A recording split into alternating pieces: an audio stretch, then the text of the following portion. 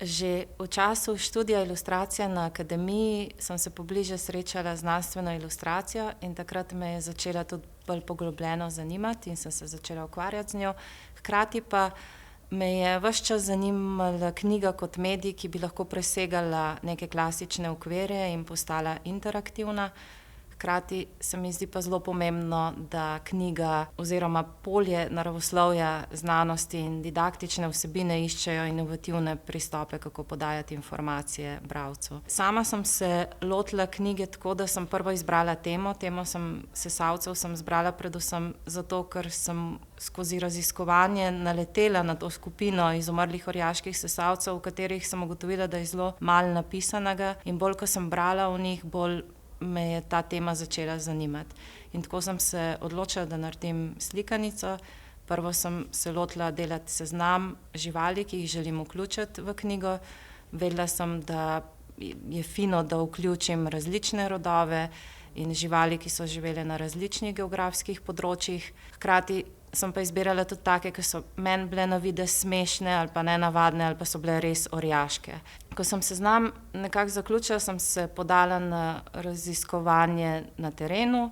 Obiskovala sem različne muzeje, tako pri nas kot v tujini, kjer hranijo razne dokumentacije, risbe, slikovni material teh živali in pa seveda okostja teh živali. Ves čas sem v procesu nastajanja knjige tudi sodelovala s paleontologom iz Prirodoslovnega muzeja Slovenije, s katerim sem lahko predebatirala stvari, ki mi niso bile jasne, ali pa sva razreševala dileme, glede na to, da gre za izumrle živali in se moramo pri rekonstrukciji opirati na zdaj živeče sorodnike, je pač pomembno, da je zraven tebe še nek znanstvenik, ki pač obravnava to polje.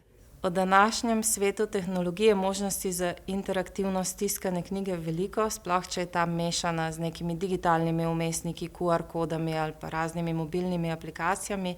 Mene je pa predvsem zanimala analogna interaktivnost, torej tista, ki je zgolj omejena na ilustracijo, analogni vmesnik in pa interakcijo bralca. Tehnika, ki sem jo uporabljala v knjigi, je predkinematografska tehnika Ombro, ki sega sicer v zgodovino francoskih kinematografskih igrač v 19. stoletju in so jo bolj uporabljali v zabavne namene še pred uporabo televizije. Jaz pa sem nekako jo želela redefinirati in jo uporabiti bolj v naravoslovne, didaktične namene. Tehnika deluje tako, da v bistvu zaporedje 6 sličic jih združimo v eno podobo in jo razrežemo tako, da v bistvu z drsenjem te mreže po površini odkrivamo vsako naslednjo sekvenco in to ustvarja iluzijo gibanja. In tako je nastala slikanica z znanstveno vsebino, hkrati pa se mi zdi, da je uspela nekako doseči to, da ima ta zabavni element, da privabi mlajše bralce tudi kakšnim malo bolj kompleksnim ali pa naravoslovnim vsebinam.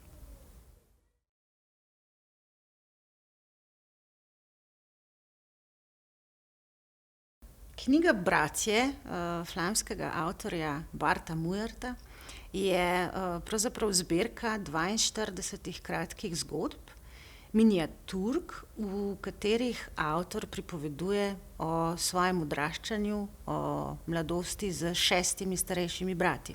Bart Mujert je namreč res rojen kot najmlajši v vrsti 7 bratov in to je seveda nekaj krasnega, v Belgiji pa sploh, zaradi tega, ker je po tradiciji bil njegov boter sam kralj, Baudouin oziroma Baudouin prvi.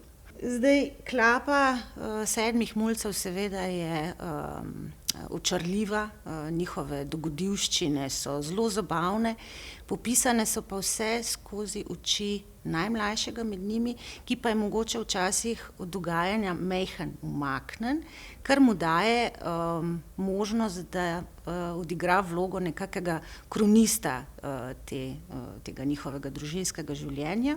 Zdaj, fantje so bili sicer strogo vzgajani, oba starša in babica so imeli svoja pravila, ki so se jih mogli fantje držati. So imeli pa tudi zelo veliko svobode in so se morali, kadar so bili prosti, so se morali zamotiti sami. če ni bilo drugega, so šli plavati v sosedov bazen, kar je bilo strogo prepovedano, ali pa so šli v nakup na luknjanga čolna, ali pa je bilo treba oplenti peko v kombi, recimo, a ne. Imamo pa vmes tudi zgodbe, ki pa so, v katerih se pa recimo ne zgodi popolnoma nič. Fantje se nekam zavlečejo, ležijo kje v travi in v bistvu sanjarijo. In izumljajo nove reči, si izmišljajo nove načrte. In Mujertov namen v teh zgodbah je pravzaprav predstaviti to nenaporno harmonijo med temi brati, no. Ljubezen, če hočemo, prijateljstvo, zavezništvo in pa občutek varnosti v tem klopčiču teh 7 bratov, a ne. Pri samem prevodu moram reči, da je Barta Mujerta težko prevajati, da se ga zelo počasi prevaja, tako bolj s pinceto. Zaradi tega, ker po eni strani je to avtor, ki je izjemno subtilen, ima zelo, zelo izdelan posluh za medčloveške odnose, za čustveno doživljanje junakov. Po drugi strani je pa tudi zelo duhovit, je mojster take prikrite ironije, recimo, in je se zelo lepo zna poigrati z jezikom, no. Kar je njegova posebnost, je recimo, da v Bratih pa sploh, da se poigra z temi ustaljenimi rekli, z frazami, s katerimi operiramo odrasli in otroci, ki seveda odraslim kar naprej prisluškujejo, a ne, potem ta rekla niti jih preveč ne razumejo, ali pa jih malo priredijo po svoje, zaradi tega, ker jim v določenem momentu tako ustreza, a ne. Vse to so v bistvu tudi kvalitete, ki jih prepoznavajo literarni strokovnjaki in jih beremo v obrazložitvah za domače in tuje nagrade, ki jih je prejel avtor. Med drugim je tudi dobitnik nagrade Alma, Astrid Lindgren. Je pa seveda, so pa to seveda stvari, na katere mora biti prevajalec pozoren. Bodisi so to podobe, ki nabrekajo v njegovih zgodbah, se kotrlinkajo skozi pripoved, bodisi so to zdaj te besedne igre, predelave raznih rekel. Vse to skratka je poseben izziv za prevajalca in pa velik užitek, bi jaz rekla.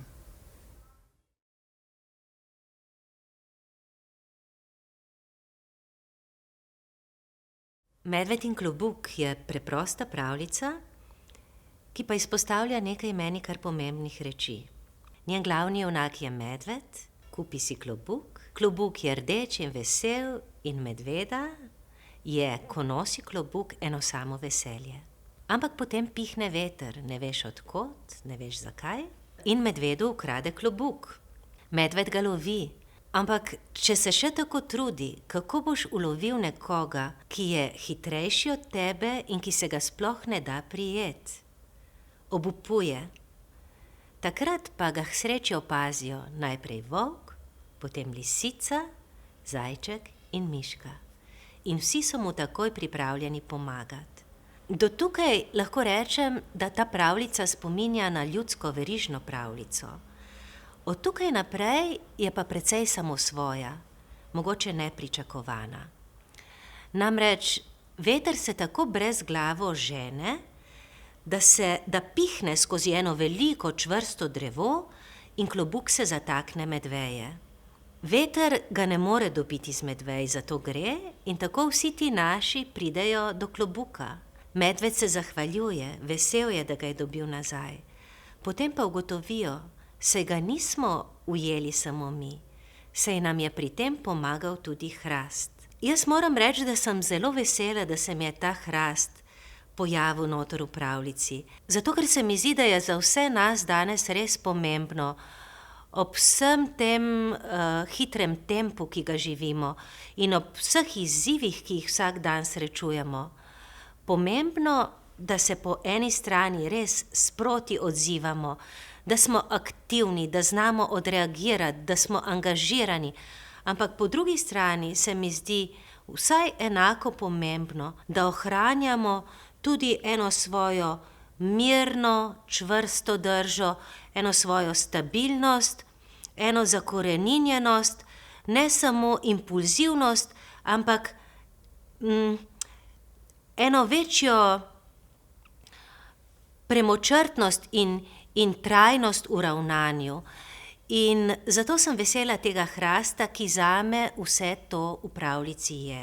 Knjigo je zelo lepo ilustrirala Ana Zavadlav. Živali so poskočne, dinamične, žive, hrast mogočen. Kako je ves ta tek narisan, si pogledate, jaz pa lahko rečem samo še to, da lahko gledate naše glavne junake, ampak da se da v knjigi ob njih opazovati tudi mnoge druge drobnarije, recimo ptičke štet, ali pa gledati, kako se drevo skozi čas, skozi pripovedni čas v knjigi spreminja.